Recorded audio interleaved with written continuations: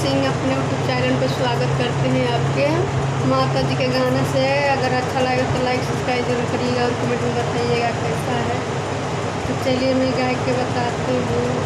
हरियर हरियर सुगवा के लाल लाल ठोरवा बोलिया बोलू रे सुगना मैया जाए कार बोलिया बोलू रे सुगना मैया जाए का।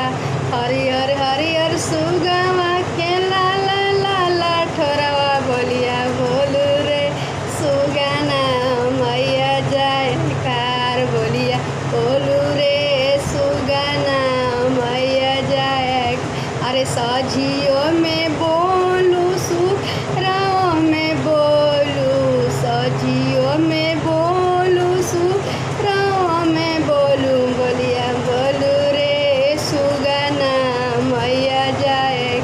अरे बोलिया बोलू रे सुगना मैया जाए।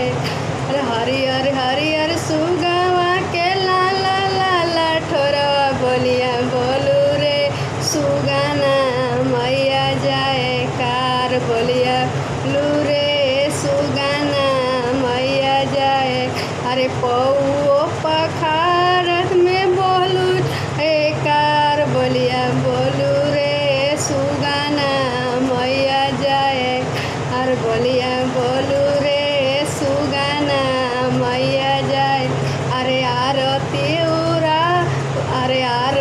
उरा उतार समय जाए कार बोलिया बोलू रे सुगना मैया जाए। अरे घंटी बजाई रे जाए कार मैया बोलिया बोलू रे सुगना मैया जाए। अरे बोलिया बोलू रे सुगना मैया जाए। अरे भोगावा लगावत समय जाए